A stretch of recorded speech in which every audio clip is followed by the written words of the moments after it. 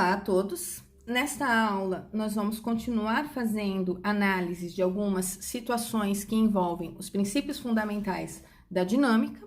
E na aula desta semana, eu vou falar para vocês sobre força elástica, que são aquelas situações em que entre os corpos vai existir ou uma corda que tem elasticidade, que pode se deformar, ou até mesmo uma mola no meio de dois corpos envolvidos aí nas situações. Sempre que nós estivermos falando em molas, nós vamos chamar as forças que são aplicadas sobre as molas, ou pelas molas, ou sobre os elásticos, como força elástica. Então, eu estou começando aqui analisando uma situação que seria a seguinte: eu tenho aqui uma haste que está suspendendo uma mola que a princípio tem a sua extremidade livre.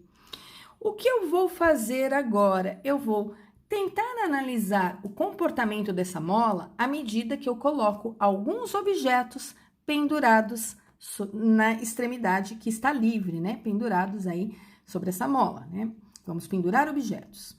O que eu sei? Eu sei que quando eu penduro um objeto de massa M, portanto, peso P, essa mola vai sofrer uma elongação. Ela vai ter aqui um alongamento, né? Acho que o correto é falar alongamento. E eu consigo medir com uma régua o quanto ela esticou. E eu vou dizer que ela deformou aqui, olha, ela esticou uma quantidade X quando eu pendurei aqui uma massa M de peso P. Quando eu dobro o valor da massa de tal forma que o peso passou a ser o dobro do anterior, 2P, o que eu observo? Que em relação à situação inicial, essa mola, ela se deformou o dobro do que ela havia deformado anteriormente. Então, se ela deformou X, agora ela passou a deformar 2 vezes mais, portanto, 2X. Quando eu penduro um conjunto de massa 3Ms, então eu tripliquei o valor da massa, tripliquei o peso que está pendurado na extremidade livre da mola, eu observo que esta mola sofre uma deformação 3 vezes maior do que quando eu pendurei o bloquinho de massa M.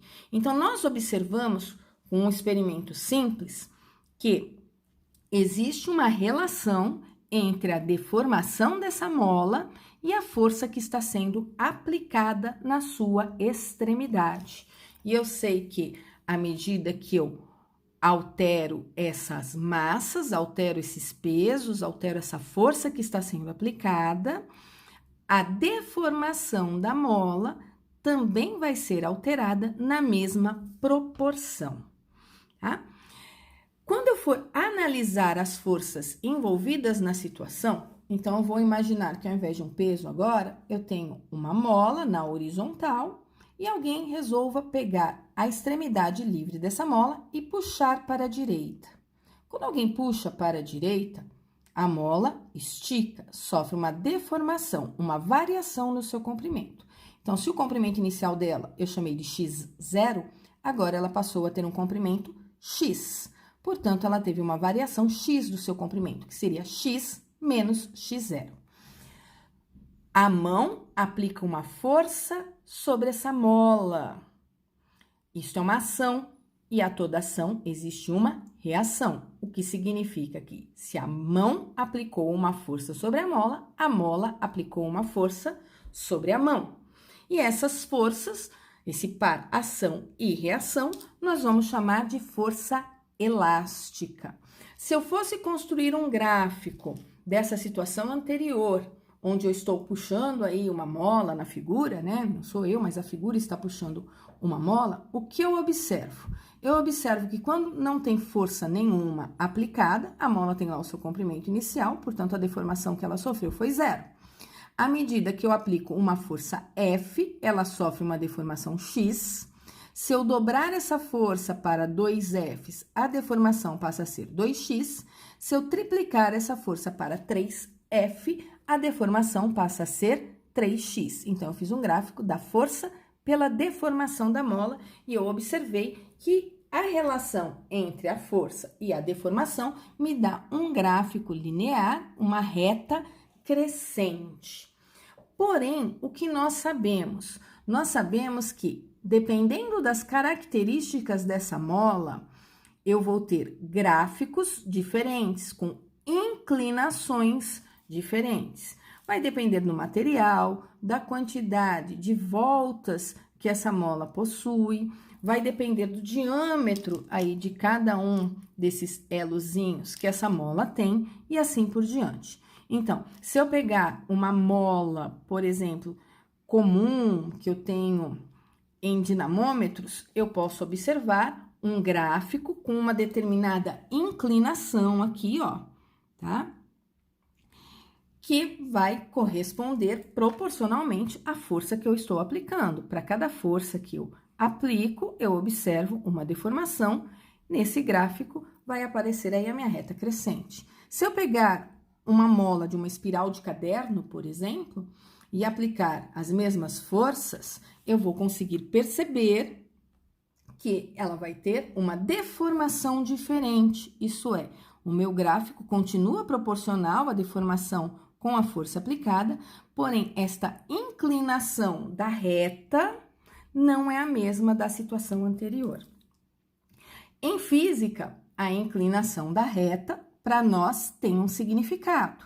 Assim como a área compreendida entre as retas ou curvas do gráfico com o eixo X também podem ter algumas interpretações representando aí algumas grandezas físicas. Para nós, a inclinação dessa reta está relacionada com as características da mola e nós vamos dizer que a inclinação desta reta corresponde à constante elástica da mola. Para os matemáticos, inclinação da reta é tangente, e tangente nós sabemos que seria cateto oposto dividido pelo cateto adjacente. No nosso gráfico, no cateto oposto vai aparecer a força, que no caso vai ser a força elástica, e no cateto adjacente vai aparecer para nós a deformação da mola. E a inclinação dessa reta, nós vamos usar para ela a letra K, e essa letra K representa a constante elástica da mola. Então, K é igual a força elástica vezes, dividido pela deformação. Portanto, vou voltar aqui um pouquinho antes de ir para o simulador. Portanto, nós podemos escrever que a expressão da força elástica vai ser K vezes a deformação da mola. Esse K tem como unidade no sistema internacional a unidade de força, que é Newton. A deformação da mola, que é o X, no sistema internacional, vai ter como unidade o metro. Então, a constante K tem como unidade Newton por metro. Essa expressão, força elástica igual a K vezes X, ela é muito conhecida como lei de Hooke para as molas. Aqui eu estou colocando para vocês uma indicação de um simulador do site PET Colorado, onde vocês conseguem observar o que acontece com a deformação de molas à medida que vocês estão aplicando forças diferentes sobre elas. Então, assim que vocês acessarem o link, né, que vocês forem para o site, aqui eu tenho sistemas de molas, eu também já vou falar para vocês sobre sisteminhas de molas. Eu consigo observar a força aplicada, né, a força F, a força elástica, consigo observar a deformação e consigo observar aí o que acontece com a posição de equilíbrio. Aqui embaixo, vocês podem variar o valor da constante elástica da mola. Então, colocando uma constante elástica aqui de 500 newtons por metro, não tenho nenhuma força aplicada, agora eu posso aumentar a força, ó, para 20 newtons, 30 newtons, 40, 50 newtons, e aí eu sei o que acontece com a deformação dessa mola. Eu consigo ver a direção da força aplicada, eu consigo ver a direção da força elástica, vejam, é o par ação e reação, portanto, são vetores de mesmo módulo. Ele mostra aqui para nós o quanto essa mola deformou, então, essa setinha aqui a medida dela é a deformação da mola, eu consigo ver onde era a posição de equilíbrio, onde ela estava inicialmente, e eu consigo aqui observar quais são os valores de cada uma dessas grandezas. Então, a força aplicada foi de 51 newtons, a força sobre a mola é de 51 newtons, e essa força vai produzir uma deformação de 0,102 metros se a constante da mola for 500 newtons por metro. Eu posso manter esta força e ir alterando aqui, olha, a constante elástica da mola. Quanto maior a constante elástica da mola, nós observamos que menor é a deformação. Quanto menor a constante elástica da mola, maior é a deformação. E aí eu posso simular várias situações com várias forças e analisar o que acontece em cada uma delas. Nesse mesmo simulador, né, eu posso colocar e comparar molas diferentes, tá? E aí fica como uma indicação para vocês depois mexerem um pouquinho nesse simulador e ver aí a relação entre forças, deformações e constante elástica. Eu vou voltar agora para a nossa apresentação em slide.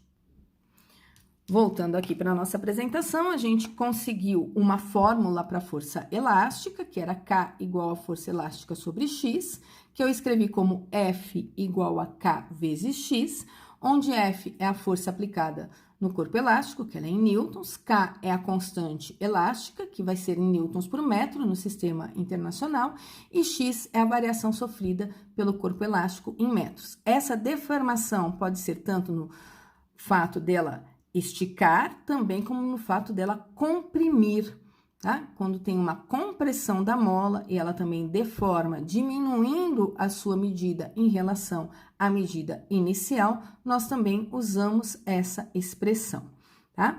E aí vale a pena a gente lembrar que essa constante elástica, ela é determinada pela característica aí das molas, pela natureza e do material que compõe as molas. Aqui eu vou fazer rapidamente algumas questões comentadas e vou falar de associação de molas.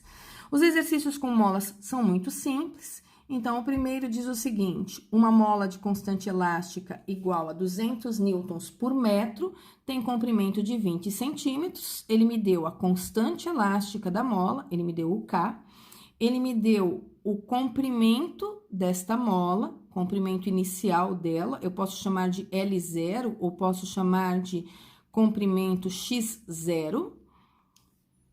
Quando ela é submetida a uma força externa, o comprimento dela passou a ser 15 centímetros e eu quero saber quanto vale o valor do módulo, né? Então, módulo significa que eu vou usar apenas o valor positivo para achar essa força elástica quando ela foi comprimida, ó, ela não foi esticada, ela foi comprimida de x0, que era 20, para x, que é 15. Como que nós fazemos para resolver um exercício desse tipo? Primeira coisa que eu estou fazendo é converter as unidades de medida, porque afinal de contas, a constante aparece em metros, e o valor da deformação da mola, que vai ser de 5 centímetros, eu já converti para metros, então, de 20 para 15, ela diminuiu 5 centímetros, eu posso considerar esse valor positivo, afinal, ele quer o módulo. 5 centímetros passando para metros, eu dividi por 100. Constante elástica tá ali no enunciado, eu quero saber o valor da força, então, força elástica é K vezes X, o K 200, o X 0,05 e 200 vezes 0,05 é igual a 10 newtons. Um outro exercício comentado que eu posso fazer com vocês diz o seguinte: quando comprimida por uma força de 4 newtons, uma mola tem o seu comprimento alterado em 1,6 centímetros. Aqui ele já passou para metros, olha, 0,016. E ele quer saber a constante elástica da mola. De novo, força elástica é igual a X, a força elástica é 4, o K é o que ele quer saber, a constante da mola.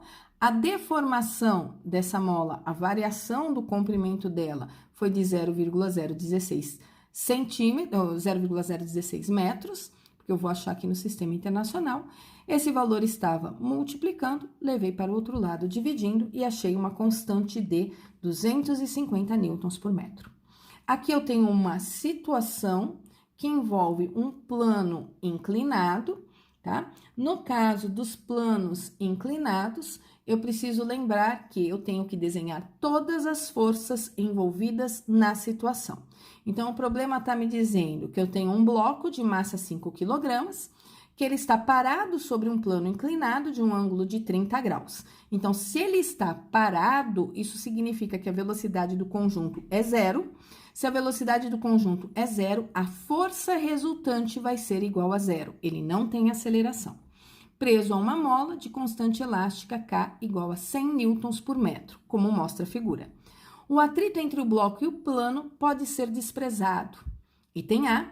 Represente as forças que atuam na caixa e escreva quem exerce cada uma dessas forças. Então, primeira coisa, eu posso desenhar o peso na vertical para baixo, ou eu posso já desenhar a componente do peso, que seria a componente PY, que é perpendicular à superfície, ao plano inclinado. Posso desenhar aqui a força normal, que também forma aí um ângulo de 90 graus com a superfície. Eu tenho aqui a componente PX, que está sempre no sentido de descer o plano inclinado. Se eu somar PX com PY, eu tenho aqui o meu vetor força-peso, né? O que não deixa esse bloco escorregar é a mola. Então, sobre o bloco, eu posso dizer que eu tenho a força elástica. E se eu quiser desenhar na mola, eu também posso desenhar a força elástica para baixo. Mas eu sempre desenho as forças no bloquinho. Então, reação da normal está no plano inclinado, reação do peso está no centro da Terra, reação da força elástica está na extremidade ali da mola. Então, consigo representar todas as forças envolvidas na situação. Aqui eu tenho uma representação mais bonitinha, né, feita no PowerPoint, e aqui eu tenho uma legendazinha para cada uma dessas forças que estão desenhadas aí, bonitinho para vocês. Agora, eu quero calcular a deformação dessa mola. Para eu calcular a deformação da mola, eu preciso pensar nas forças atuantes nessa situação. Então, o que eu sei? Do enunciado do exercício, eu sei que a massa do bloquinho é 5, eu sei a constante elástica da mola, que é 100 newtons por metro, e eu sei a aceleração da gravidade, que é 10.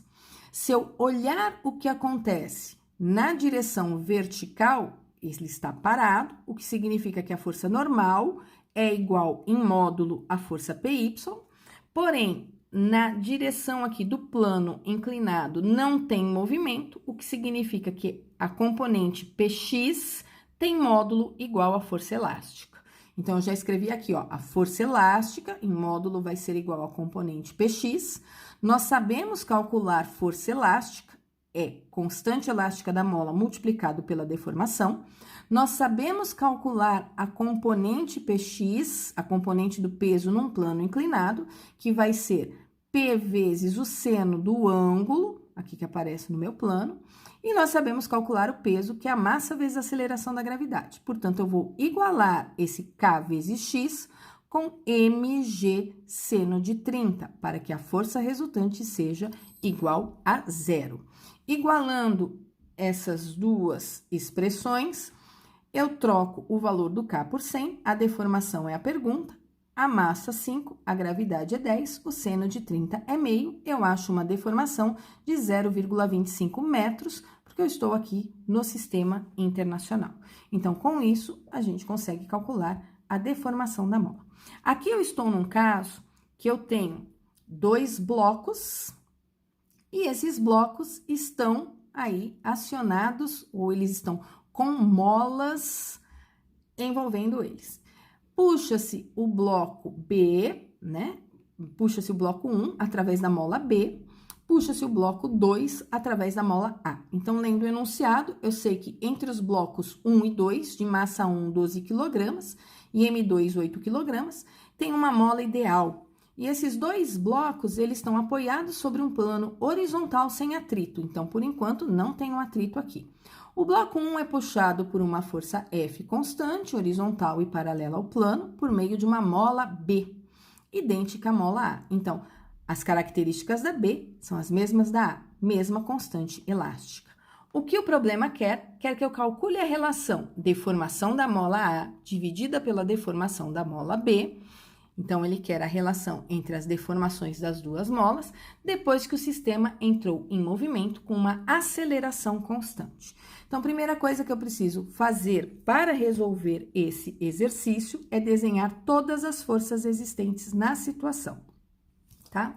Aqui nessa figura de baixo, eu não tenho exatamente todas as forças, mas eu poderia imaginar o seguinte: se eu puxo a mola com uma força F, essa mola vai se distender, ok? E ela vai puxar esse bloco B com uma força que eu estou chamando aqui de FB aqui embaixo. Se eu tenho mola do lado direito, eu tenho força elástica do lado direito. Como eu tenho uma mola aqui do lado esquerdo, eu vou ter força elástica no bloco 1, também para o lado esquerdo. Então, quando a mola B puxa o bloco 1 puxa a mola A, isso é uma ação. Se o bloco 1 puxa a mola A puxa o bloco 1, tem uma reação. Então, eu vou ter uma força da mola A puxando, tentando puxar o bloco 1, não deixando o bloco 1 escorregar, né? Quando o bloco 1 puxa a mola A puxa o bloco 2. Aqui eu tenho uma ação, a reação está sempre na mola. Também não posso esquecer que esses corpos têm massas, portanto, eles têm peso. Na verdade, peso 1 e aqui peso 2. Estão sobre superfícies, então tem força normal 2, tem força normal 1. Aqui embaixo, eu desenhei apenas as que vão interferir no movimento, porque afinal o movimento vai ser um movimento na horizontal. Portanto, só vão me interessar as forças que estão na horizontal. Depois que eu desenhei todas as forças, eu sei o sentido do movimento, eu vou escrever a segunda lei de Newton. Isso é, força resultante igual a massa vezes aceleração. Olhando para o bloquinho 2... Vou começar aqui, ó, olhando para este bloquinho 2, como é que ficaria a força resultante? Força resultante é massa vezes aceleração. A força resultante seria a força elástica da mola A, portanto, eu chamei aqui, ó, de FA igual a M2 vezes A. Lembrando que esse FA, ele vai ser K vezes XA. Então, eu vou trocar esse FA por KXA. Se eu trocar o FA por KXA, eu fiquei com K vezes XA igual a M2 vezes A, ok? E aqui eu estou isolando a aceleração. Aqui eu vou dizer, portanto, que essa aceleração ficou sendo FA sobre M2.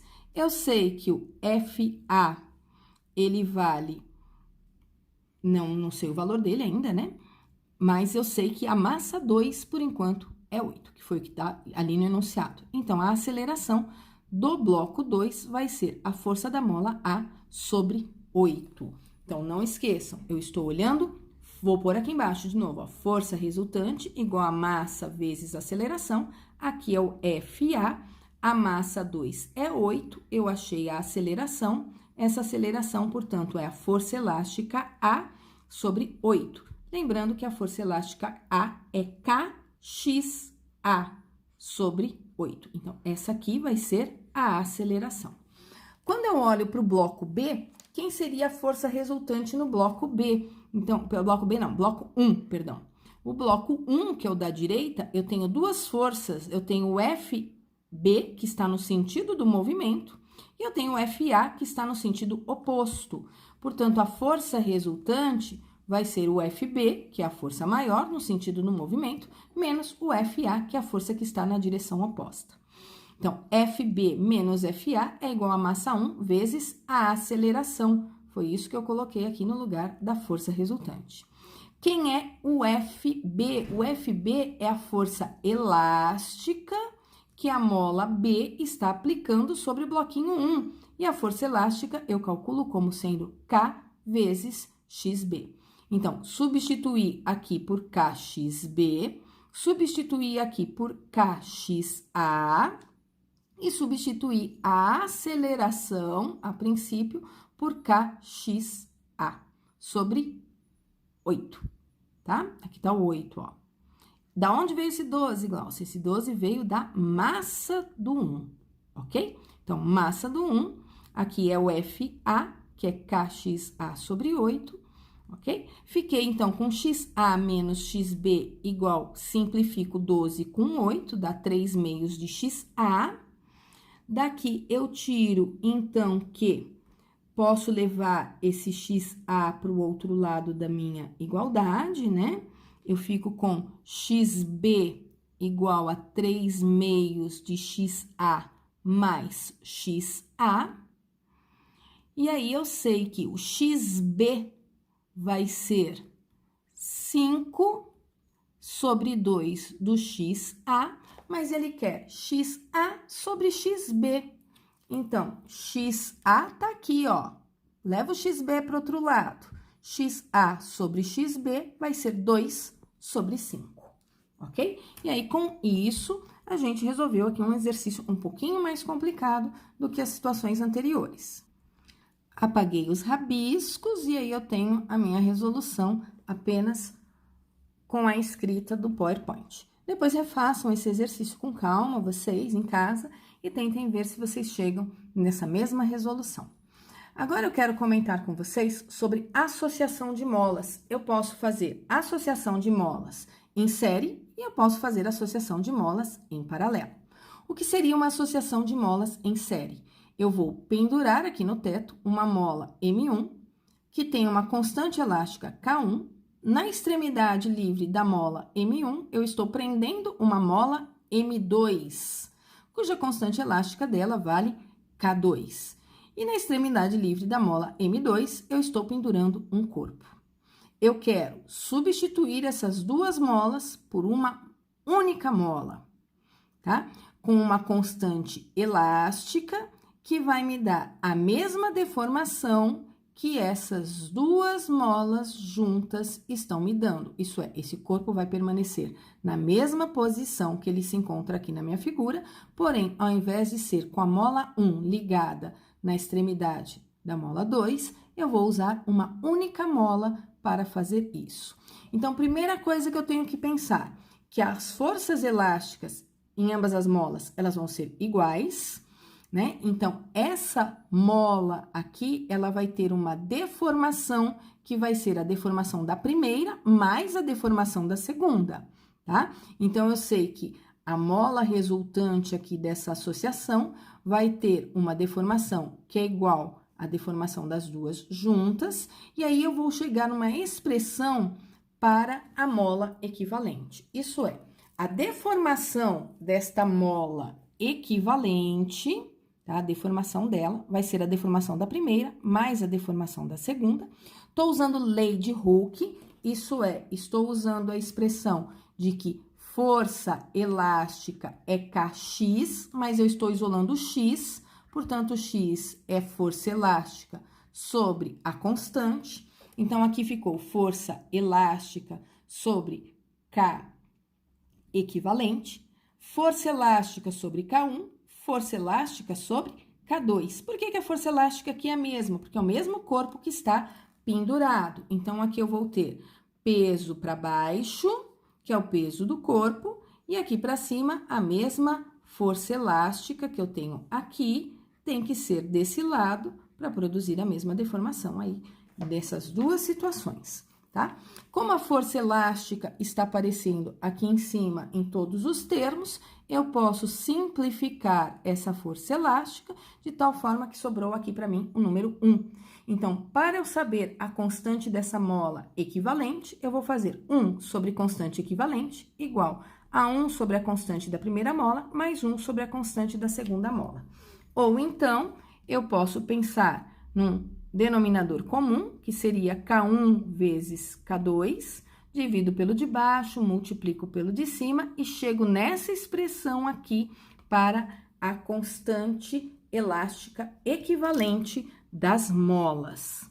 Posso ter associação de molas em paralelo, isto é, aqui está a minha superfície, nessa superfície eu pendurei duas molas e coloquei aqui embaixo um pedacinho de madeira, qualquer coisa, tá? O que eu observo? Eu observo que quando eu penduro um corpo aqui, a deformação que essas molas terão é a mesma. Então, a deformação que a mola 1 está tendo é a mesma deformação que a mola 2 vai ter. E eu quero trocar essas duas molas por uma única mola equivalente, isso é, na qual, quando eu penduro um objeto, ele também se mantenha nesta posição.